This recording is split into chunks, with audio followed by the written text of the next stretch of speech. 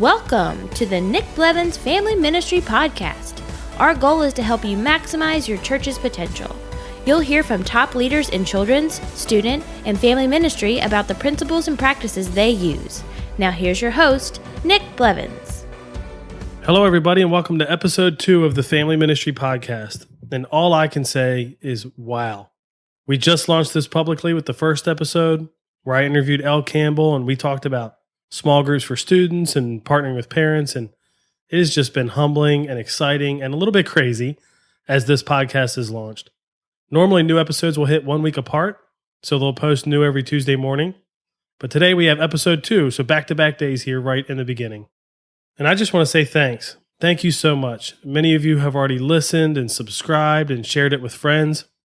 Some of you have gone on and left a rating and a comment on iTunes, and it's just been so encouraging. And while I selfishly get so much out of this, right, because I get to interview great leaders and pick their brains and think about how to use that in my leadership and in our ministry, ultimately, I started it for you. And it sounds like it's helpful so far. So thanks for letting me know that, and continue to let me know how we can make it better. How can we can ask the right questions and get the right guests on here to help you and your ministry. Our guest today is Frank Bealer, the family pastor at Elevation Church. I've had the privilege of getting to know Frank a bit the past few years, and Frank's just an awesome leader. He's full of passion. You cannot be around Frank for any length of time before you see his passion. And today we're going to talk about something he's really passionate about, and that's helping volunteers lead like staff. We all want volunteers who lead like staff, and Frank gives some practical ways that they do that at Elevation Church. So you can check the show notes at nickblevins.com/episode 2, and some of the things that Frank talks about we'll have there. But let's listen to my interview with Frank Bealer. Well, I'm honored to have Frank Bealer on the podcast with me today. Welcome, Frank. Hey, Nick. How you doing? I'm doing well. How are you? I'm very, very good. Excited to be on your podcast. Excited to learn from you in the weeks ahead. I'll be tuning in for sure. We'll be subscribing to this and learning. I'm excited. That's awesome. Well, Frank, tell us a little bit about yourself, your family, and your role at Elevation. Yeah, so I have a wife named Jessica. We have 3 kids. They are 13, 9, and 7 years old, 2 boys and a little girl, and they are such a joy to have in my life. People ask me all the time what I do for hobbies, and outside of doing ministry and getting to do a lot of it, which I love doing at Elevation, spend the rest of my time with my family. So if my oldest son's playing basketball on the team, then that's what I'm doing. And if Isaac's playing baseball or Layla's doing dance, well, I don't really dance, but I'll go watch her dance. Okay. So I'll hang out with them and just, that's family time for me. I love it. That's my hobby right now. Throw that in and read. That's awesome. But for the church, I'm the family pastor, which means I oversee kids and students across all 13 of our locations right now. Hopefully opening a couple more this fall, but we're excited about what God's doing. We're a very young church. We're only 10 years old. We've been under the leadership of Pastor Stephen Furtick that entire time. He's such a great communicator, and what most people don't know is he's a great leader as well. He's given such great insight and wisdom to our staff, and he makes us better. And so it's fun to be a part of this and do this. We use some curriculum from somebody else, but then some we write ourselves. And so that's a whole journey we do as well. That's cool. That's cool. And I know one of the things you do is you share a lot of what you create, which is awesome for the church, for anybody to use. Yeah. We want to try to be a generous church. And so we create it for our purposes and then put it on a website so it's out there for the world to download for free. Yeah, one of those things is the E-Kids worship album, Undefeated. I actually, as you listen to the intro of this podcast, that one of those songs is part of that intro, and you guys were generous enough to let me use that, which is cool. And you have another album out as well. Yeah. So we've just released our newest album called 1 in a Million. We're really excited about how well it's doing, not just in the Christian market, but just in children's records in general. Our last album, Undefeated, hit #1 on the charts a year ago over Kids Bop and everything. And so that's encouraging for us to see that this music's getting out there. And we love the fact that it's music that maybe it's not just for kids, but parents want to listen to it as well. And don't mind if a song gets stuck on repeat because the kids love it, because hopefully they enjoy it as well. But we love creating some music. It's just something we do as a church. And so another way that we can do ministry. And Of course, we sell the album on iTunes and places like that, but then lyric videos and chord charts and all that stuff we give away for free as well to help churches. That's awesome. And we'll link to that in the show notes too. So if people want to go get that and, download it and use it in their ministry, they can. That's really awesome. Cool. Well, Frank, one of the things I want to talk about is volunteer culture, right? Like all of us have some type of volunteer culture. Maybe it's the one we want. Maybe it's not what we want. But my impression is that you have a great culture at Elevation. I know you guys are humble and always want to learn and get better. But here you can brag on yourselves a little bit. How would you describe that culture at Elevation, specifically in family ministry? Yeah, well, we would hope that when you walk around and come visit us, which we would welcome any church to come visit us so we can share and learn from one another. We hope that when you meet a volunteer, you'll find a few things. First of all, they all kind of embrace a common language. They all seem to be passionate about what they do, and they all seem to have some ownership in this. They genuinely care. Hopefully you'll see a staff member or a volunteer picking up a piece of trash.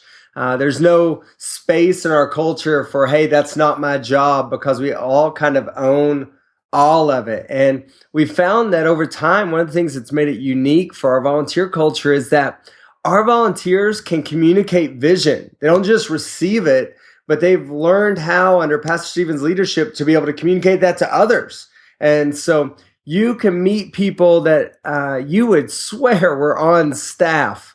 You would be convinced of it. But as you talk to them further, you find out that they have a typical 9-to-5 job, but they spend their entire weekend with us and they're so bought in and they really get it. And so they're passionate, they have ownership, and they know how to communicate what it is we're doing and why we're doing it.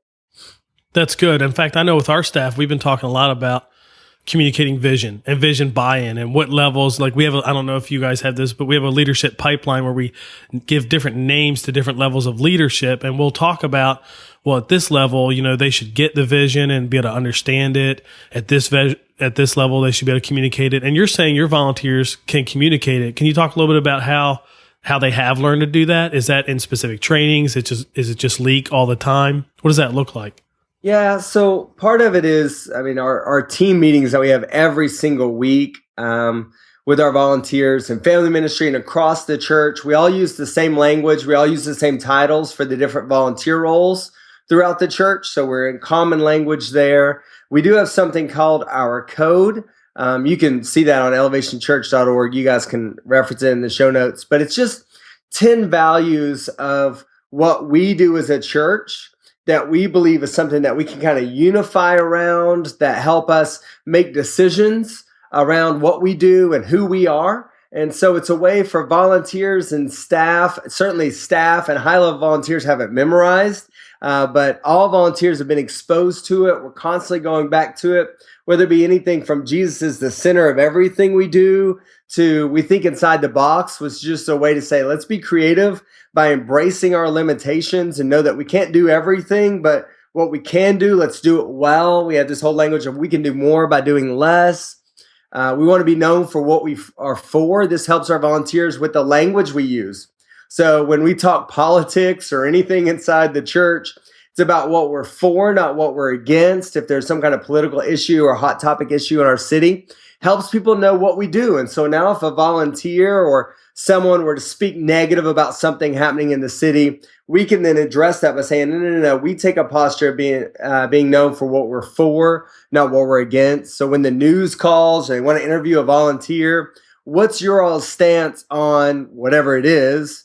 We can say, well, we don't take a stand, or we stand with Jesus, and that's our focus. And so it allows us to have something that just keeps us unified. We talk about honor in our code and how we can honor those above us, beside us, and below us. And we do it to glorify God. It just helps us stay focused.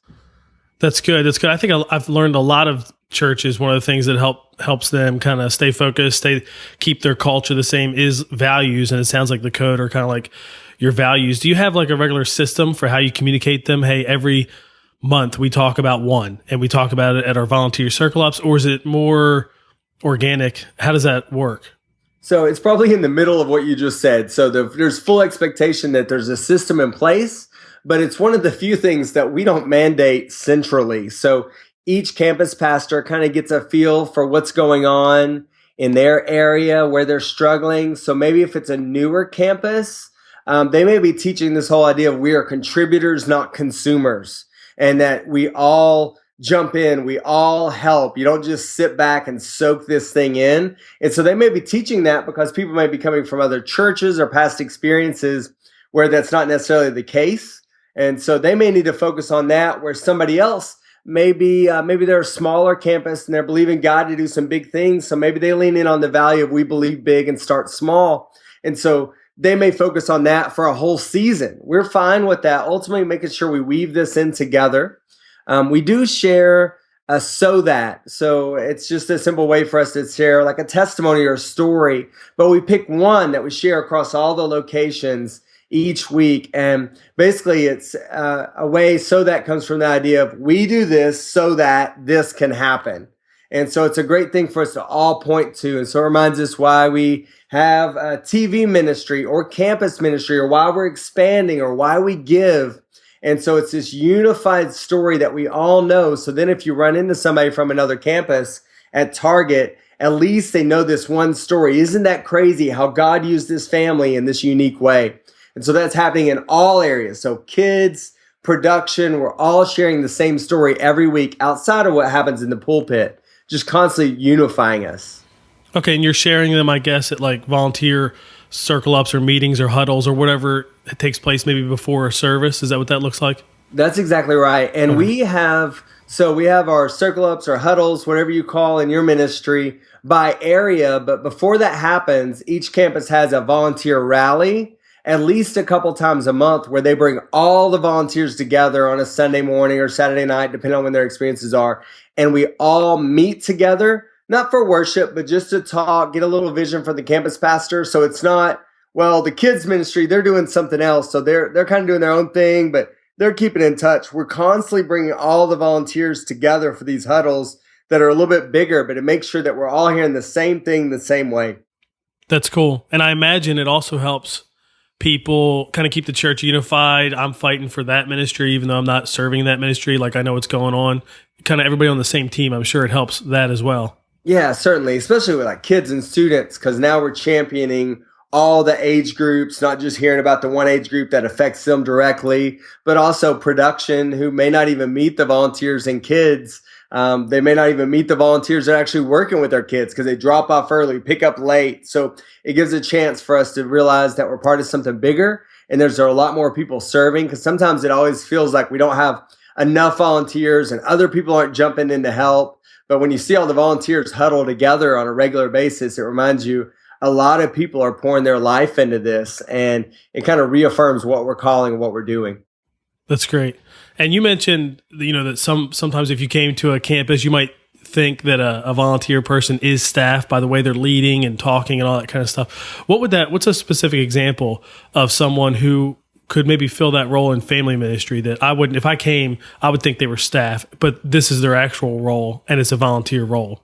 Yeah, so let's talk about the coordinator level. You talked about the different names of leadership. So a director is super high level. Some of those people are staff, some are volunteers, but that's a staff level position. The next level down is a coordinator, and these are vision casters. These people aren't scheduled on rosters. And so I'll get real specific with an example, but just to be clear. So these are people that are helping run the family ministry, or let's narrow it down even further, our children's ministry.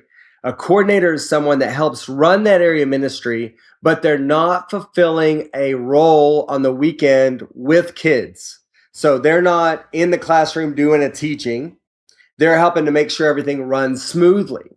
And so you'll see coordinators all over the place that feel like, wow, they're involved in a lot. They're helping kind of navigate the whole weekend or the whole experience, but they're not pulled in to sit down with a small group. And so it becomes really special for us when we see somebody take that, own it, and explain why something's happening. For example, Easter wasn't long ago, and we like to do the way we do salvation with kids is when we present the gospel, if a kid's ready to accept Jesus, we walk through that, answer questions, kind of understand where they're at.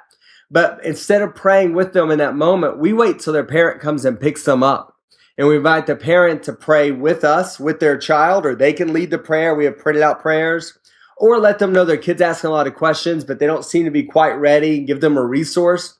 Well, recently we saw a coordinator at this Easter weekend experience saw a family slip through that their name was called, but they didn't get with their group leader. And so they saw this family going out the door that they know that kid was ready to give their life to Jesus, but they didn't get to have that prayer time with that small group leader.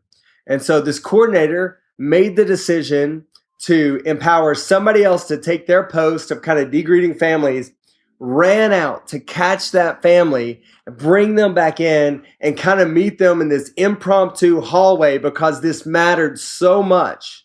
And instead of it being jarring for this family to be like, why is this lady chasing me? What in the world is going on right now? They were so grateful that they were chased down because this coordinator didn't just chase down, say, no, they need Jesus, but was given vision. Hey, we're so excited. Your son did something really special today. We want to tell you about it. Can you walk back inside with me? And as they're walking in, they're talking about the value we want to do in partnering with parents in ministry. And so now this family, instead of being jarred or kind of thrown out of whack or even frustrated that the system didn't work exactly right, they now feel loved on even more. And it's volunteers that are going to that level to make sure each child and each parent's connected with that makes it really special. So it's just an example of somebody just owning it, making a call and making something happen, not writing down a note saying, hey, this family didn't make it. That's really unfortunate. Yeah, and passing it on to a staff person. Yeah, right? I mean, because right. that's what could happen is, oh, well, I'll just give it to them. It's their problem. That's really cool. So practically that coordinator role, what does that look like on a weekend? Is it for one service? Is it multiple services? Like, what's the time commitment there? Yeah, so typically a coordinator is over all the experiences that happen that weekend. We only do one program, or one worship experience, one type. But it may be Saturday night, 2 Sunday mornings, and a Sunday night, or just Sunday morning. It depends on the location. But a coordinator's role is to oversee the leaders running a specific area ministry for that weekend, every weekend. So these are high-level volunteers. So let's say a non-permanent location, a portable location, 2 worship experiences on a Sunday morning, and they run what we would call the safari area. So that's babies and toddlers. So the coordinator is going to be overseeing the leaders running each room for both experiences. Now, that doesn't mean the coordinator's there all morning or can't go into the adult worship experience. They just need to be in charge of it. So they're in charge of the E-team leaders, which are the managers, the room managers for that particular experience. So when that the room manager, the E-team leader, is short on volunteers or has a bunch of volunteers calling in sick or whatever it may be, they're connecting with their coordinator to solve that problem and figure out where we're going to pull volunteers from. How's this going to work? How are we going to manage this? So the coordinator is there. They're available. They're a leader of leaders. But once again, they're not signed on the roster anywhere to help meet our ratios with kids. And so now they can float. They can be where they need to be. And oftentimes where they need to be is out in the lobby, recruiting more volunteers, connecting with parents. Because one of the things that we found, and I don't know if this is right, Nick, it's working for us, but it's this whole idea of if our kids staff and our student staff are always with the kids and students, then how can they recruit more volunteers? The same is true with our highest level volunteers. Sometimes our high level volunteers are so awesome, we just let them solve a thing for us and kind of bury them in with kids or students. Well, what if we structured it in such a way that our staff and our highest level volunteers have time and flexibility to actually connect with parents and other people out in the lobby because they represent our ministry well, they're very capable, they're high level, and they understand the vision of what we do. If we don't have that happening, we continue to find ourselves in a place where it's like we never have enough volunteers. Where are we going to get volunteers? And we kind of hold out our hands like hoping manna is going to fall from heaven and it's going to be in the name of volunteers. But if we can free them up, now these vision casters can be out in the lobby. So they make sure the rooms are running well. But once they see that things are good, they're swinging out in the lobby to connect with families and really, really build some relationships and ultimately recruit new volunteers. That's good, because I was thinking, as you know, we're listening to this, I was thinking a lot of leaders listening right now are probably thinking, I can't even get enough volunteers in the room, much less a whole other role where they're outside. But that helps get more volunteers in the room, doesn't it? Because these people become recruiters, and you have more and more people, asking and inviting people to join the team. 100%. And the reality is, every ministry I've ever met, and maybe there's an exception, but I just don't know of it, whether it be kids or students, that staff member has one or two people that they cannot imagine doing ministry without. Like they're right-hand people. They're amazing volunteers. They're so awesome.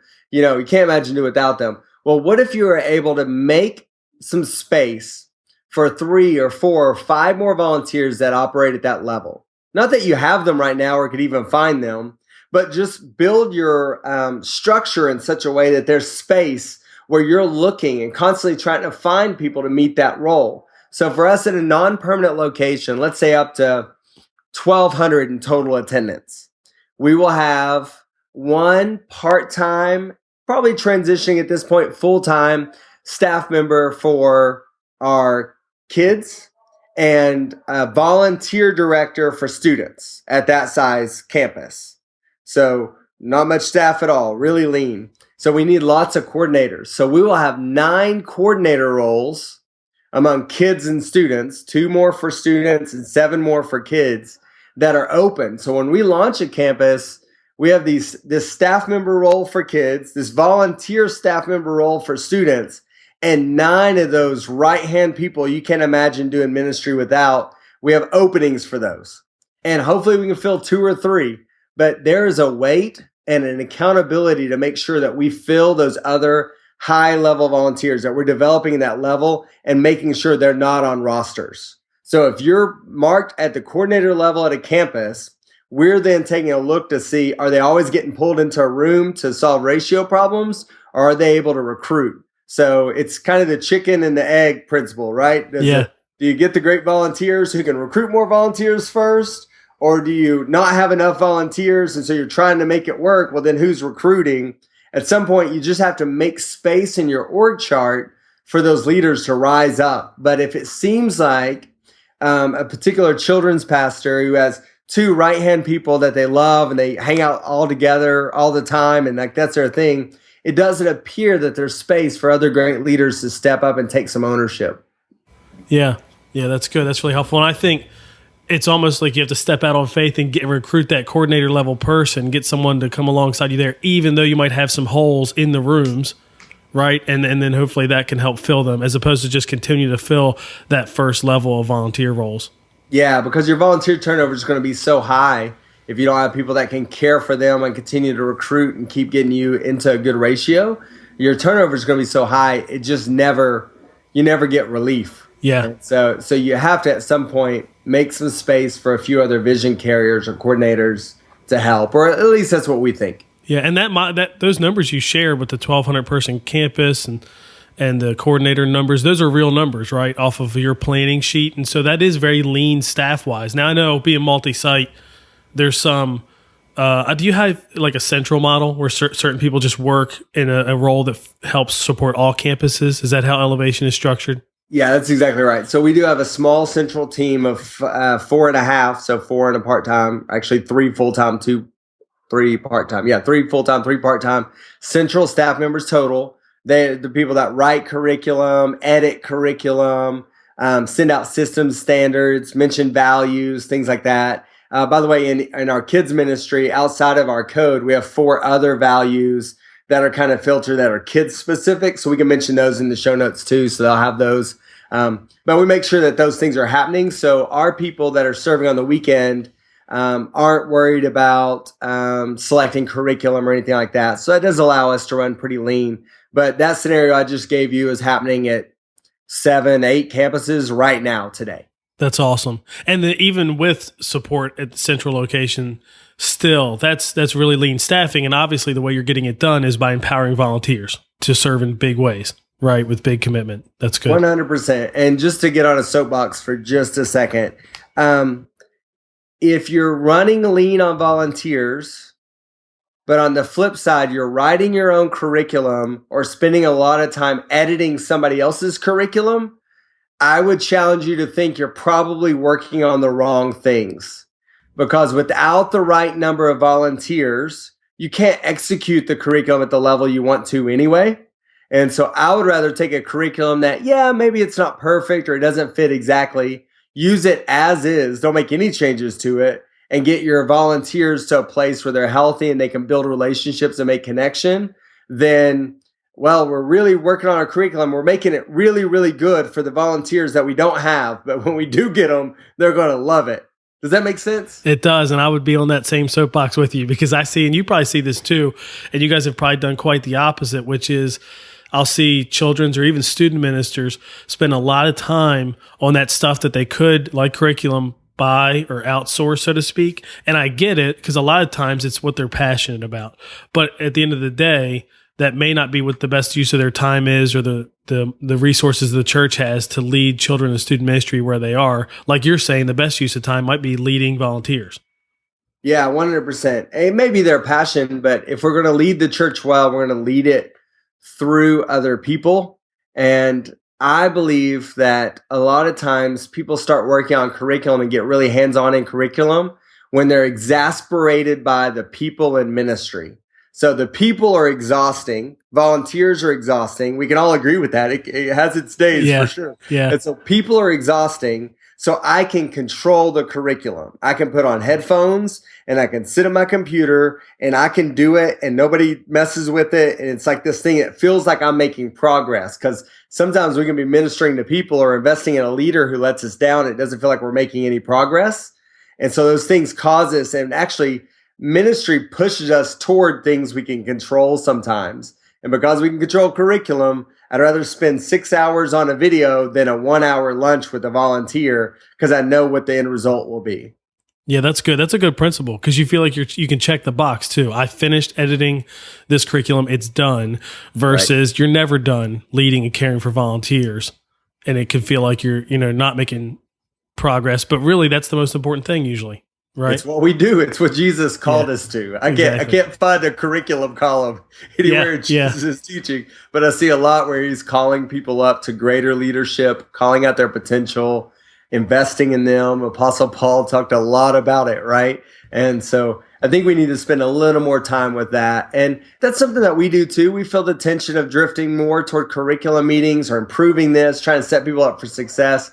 But at the end of the day, we have to keep drawing back to volunteers and relationships, and that's where we need to spend our time. And if we say that, then we need to structure our volunteer structure so that volunteers can care for volunteers at the same level, and it's not just volunteers getting all the tasks done. Yeah, that's good. Now, what does it look like, if I could kind of take a step back for a second and look at someone who isn't serving yet, right? And we're trying to get to them to a place where they're going to serve, they're going to carry your vision. Maybe they're eventually going to be a coordinator. What does it look like when they come on board? Because I know you have some type of process in place to help people make sure, this role was the right fit. 3 months, 6 months, whatever it is down the road, you're kind of evaluating to make sure it was a good fit for them. What does that look like? Sure. So eventually we'll start a leadership pipeline, which is somebody that we say, hey, they're going to be a leader. They found their fit. And we'll walk them through a process. They'll go through Strength Finder and things like that. And we'll talk to them about how they're involved in the church. Are they giving? Are they in a group? Just because we want to understand their ownership level in the church. But to get them there, they've got to start volunteering. And so we're going to start in our recruiting efforts just to help people see that there's space for them in our ministry. And it takes all different kinds of people to lead. And so whenever we tweet a picture or promote something about, hey, we love this volunteer, it's not always going to be the young female college student that we're highlighting. So we're going to highlight the business guy. We're going to highlight the mom. We're going to try to highlight different people that are serving so everyone can see themselves in that role and be like, oh, okay, it's not like I have to make any kind of leap to understand what it looks like to volunteer in kids or students. Like, I've got to be young or cool to be in students. Well, no, we could really use some dads. And so we may take a picture of a dad wearing maybe he's a business guy and he's got a shirt and tie on underneath his student t-shirt.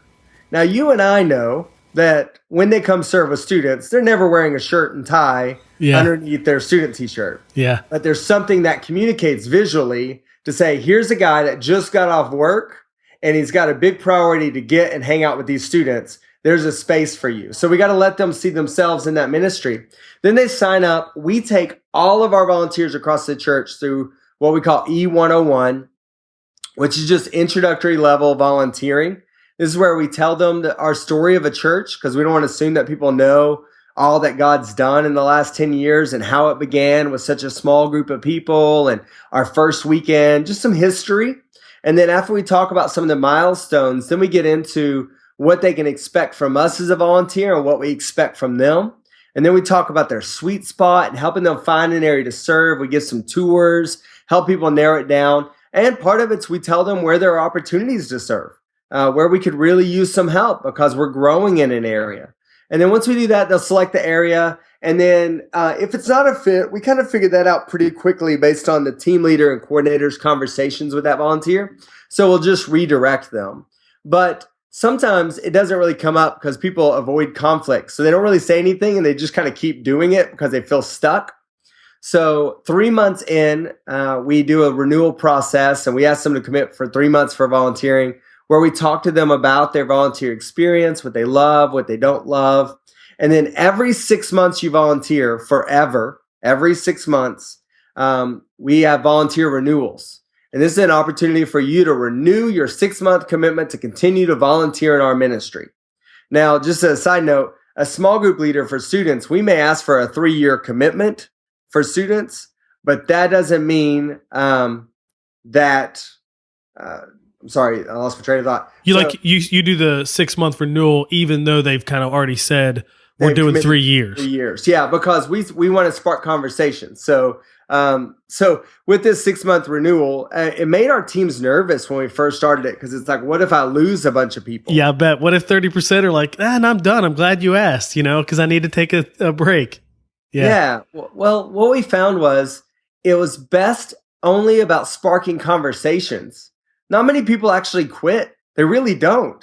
They want to know they can. So that's kind of nice. There's an end in sight to this thing. Yeah. So that's good to know. But more often than not, if somebody marks that they're stopping or they leave it blank or they don't really fill it out very well, it's just an online form. We use WUFOO, WUFOO.com, and just create a little template for them to fill out. And campus staff have to follow up with every single volunteer during the renewal. And the renewals last for 1 month. You got 4 weeks to fill out your renewal and submit it back in. And then every 6 months we do it. But let's say somebody says they're not renewing their volunteering. Well, we're going to talk to them and find out why, not even to pressure them into staying. We just want to understand. And a lot of times what we'll find is that they put a really dumb reason or something happened to them and they thought it meant this, but somebody actually didn't mean that. I mean, it's just people, right? We just make mistakes or we get hard on each other or we forget to say thank you. Like stuff like that just happens. It's just a reality of what we do. And so in light of that, those conversations have saved way more volunteers and kept them serving and got them back to a happy place where they enjoy serving than the losing volunteers of people that are just like, I just need a break. Yeah, that's good. I think it's kind of like what we were talking about earlier when you recruit coordinators who can then go out and recruit other people. That's helpful, and it seems almost counterintuitive because you have needs to fill, and instead of filling those needs in a room, you're recruiting someone who's not going to be in a room. This is similar in the sense that it seems counterintuitive because you need more people. You don't want to lose them, but for whatever reason, the 6-month renewal actually helps them stick longer, right? 100%. It helps us avoid so much, I think, heartache, surprises. Because here's the let's say we don't do renewals. Okay, here's the story of a volunteer that everybody listening to this podcast can identify with if you're in any church setting whatsoever. A volunteer calls in sick. Okay, maybe they serve every other week in whatever area ministry. That never happens to anybody, right? They all show up. Yeah, that never happens. I don't know what you're talking about. So they call in sick. Well, nobody followed up with them because they called in sick. They gave a reason. Like, I'm sure they're fine. Like you saw them at the grocery store a few days later. Everything's fine. Well, 2 weeks later, something comes up and they forget to call in or they don't call in. Okay. So now they've gone a couple times. They haven't served. So if they serve every other week and this is the time 2 weeks later, it's been 6 weeks since they served last before they could potentially serve again. If we haven't communicated to them that we miss them, that we value them, that we noticed that they were gone, by that third time, they don't call and they don't show up now at church because it's awkward. They don't want to see you. They don't know how to have this weird interaction because they called in sick and then they didn't show up. And now they don't know if you even need them anymore. Yeah. So they begin to question stuff and they build a story in their head that hasn't happened. And so now 2 weeks later, they're supposed to show up on the roster to serve. Maybe they got an email with their curriculum in it or something, assuming everything's fine. But now it's a little awkward. And so this person thinks it's way more awkward than it actually is, because that's how my brain works. I think most of our brains, this chatterbox kind of goes off in our head and convinces us of stuff. So when that happens, now they've fallen off from serving. And they fell off from serving for two very minor reasons. One, they really didn't know if their role made a difference because we didn't express how much we missed them, even though we pulled off the weekend and we were fine without them, but we really did miss them. And it's a little awkward because at one time they didn't call in sick and didn't show up. And so now the relationship is just strained. And I just see this happen over and over and over again. So what we do is we have this renewal because it gives us opportunity to catch stuff that may be brewing. And if somebody misses in our ministry, we follow up with all of them every time, even if they make plans in advance not to show up. Because we want them to know that even though we survived without them, and it's okay to take a weekend off, they were missed. Kids miss them. Parents miss them. We miss them as staff. We miss them being around. And so it's this way that we have to follow up with our volunteers, even when we know that they've told us they're going to miss. Even if they're going on vacation, we have to let them know that they were missed, that we survived without them, but they were missed. Yeah. That's good. That's good because I think oftentimes we don't want to be awkward and reach out either because we don't want to look like we're trying to slap their wrist or something like that. But we're really not. What we're doing is we're showing we care. That's exactly right. And one of the reasons we feel that way, Nick, I really believe this. One of the reasons we get to that place where we feel that way, like, oh, they're going to feel like we're coming down on them, is because a lot of our volunteers, the only time we communicate with them is when we need something from them. Yeah. And so if we're not actively finding a way to be practical and reach out to them and let them know we love them and we're thankful, and by the way, we don't need anything right now, then now we have those awkward conversations. So when you call saying that you're just being nice and you're just checking on them, but the last 5 times you've contacted them, you've always been asking for something, now it feels like you're being manipulative or just hoping they'll be okay so you can ask something else from them. And so that's why our staff, just to get really practical, I'm all about sending voice memos. And so I tell our staff, have your volunteers' names in your phone, and you just go through a list out your volunteers.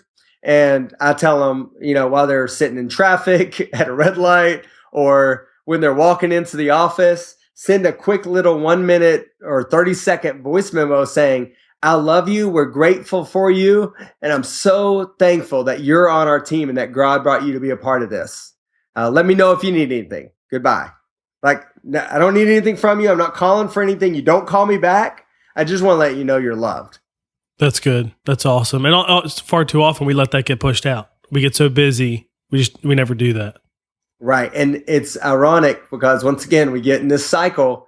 We're so busy because we need more volunteers and need more help, but we're not doing necessarily a great job of those we need to care for because they could really give us some relief and we could get more done in our ministry. And so it becomes this cycle. Dr. Henry Cloud talks about we can often ignore the vital for the urgent because it's okay if you don't eat a meal today, but if you don't eat a meal ever, that's vital and you're going to die. Yeah. And so, but the urgent thing is I've got to type this report, so I'm not going to eat. Well, we do that with volunteers. The vital thing is to keep this relationship going. But right now, I just need to send this other email. Yeah, and most of ministry seems like it's a balance of those two things. With Sunday coming every week and a lot of the urgent stuff is right there. That's true. That's one of the biggest challenges. Now, let me ask this, because this is probably a way you've helped prioritize what is vital with these renewals. Are they the exact same schedule? So regardless of when somebody started, you do them all in June and December or something like that? I mean, so are your staff doing a lot of them at one time kind of thing, 2 times a year? Yes. And so we try to make it simple. So what happens is kids ministry and production volunteers are in the same month. So for example, April and then October across the whole church. Okay. That way campus pastors can be involved in those renewals, even though that's not areas that maybe they're as involved in. Then the other areas, guest services, campus operations, our student ministry are on May and November. And so that way, once again, campus pastors, different staff members can be involved in the process for the other teams. So it's not just like one person is calling, the kids pastors trying to check something off their list. Well, they're one of many people that's helping this process and building connection. That's good. And they can probably, your staff can probably plan around it too. Like, oh, I know we do renewals in May, so therefore I'm not going to work on a bunch of new projects. I'm going to put a lot of my time into the renewals and making these calls. That's exactly right. So for us, even highlighting a value, if we're highlighting some random value and going into renewals, well, now we're communicating all this stuff to the teams, and it doesn't really make sense, where really we need to say, hey, we're contributors, not consumers. This is part of our volunteer culture, and we're going into renewals. We want to hear about your contribution. So we may shift the WooFoo form to say, tell us about your favorite thing that you get to contribute to our ministry. Tell us one thing that frustrates you, and then we got to go into it with our 4 or 5 little questions that we may ask that are really simple that just spark those conversations for us. That's good. You can tweak it a little bit every time. Well, one last thing I want to ask about. I could ask about a million things, but for the sake of time, we'll end with this. And it's something you do called hits and misses, like a way to evaluate, I think, your weekends and experiences and stuff like that. Can you tell us about hits and misses? Yeah. So hits and misses have really 2 reasons, and I'll explain very practically how it works. I'll even send you a document. You can put it on your website because it's really simple. It's just a few boxes. It's really, really basic. Hits and misses does a couple things. It lets us know things that were good or bad from the weekend so that centrally our teams can change anything we need to, whether it be a game or a snack or supplies or whatever they need. We can manage those things. That's a very functional way. It lets us know if something's broken, something needs to be taken care of. Everybody goes through hits and misses on Monday. So the campus staff are looking for things they're responsible for. Essential staff are looking at things they're responsible for. So it's just a way to communicate. But it does something more than that, because if we say that every volunteer is fearfully and wonderfully made, they're uniquely called to this, they're gifted, they belong as part of this ministry, and yet we don't really give them a voice to talk to us, then is that really true? And so hits and misses are a way for them to communicate to us, but we require that someone communicate back to every hit and every miss. Sometimes it's going to get a little awkward. So they may say, hey, this game went over really well. Somebody will email them and say, thanks for letting us know that. We'll take that into consideration moving forward. Every single volunteer that puts a hit and miss, we're communicating with them. Sometimes hits and misses becomes a place for them to write ideas. Now, it's not hits and misses and ideas. It just happens. Okay? Yeah. It becomes a forum for that. Well, some people are like, well, I don't really need you to have ideas. I need you to do what I asked you to do, honestly, because we got a lot of stuff going on. Most of the ideas that we get don't fit our ministry, and we're not going to do them. But volunteers just want to know that you heard them and that you thought through their idea or considered it. And so we can't do on Sunday morning, hey, do you have just a minute? I've got an idea.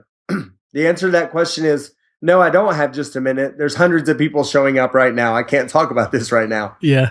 But the hits and misses comes to a place. But write down what you're thinking, and I'll circle back with you. And what happens is they write it down, and then we follow up. We take something that kills us on the weekend, those ideas or conversations that need a handle, or you're trying to keep a list while you're running a million miles an hour. We can receive that hits and misses, appreciate that. We can look at it on Monday, and now when we have time, we can have a conversation. And now, whether we take the idea or not, we can let that volunteer know that they're heard, that they're loved, that they're appreciated, and we can connect with them a little bit.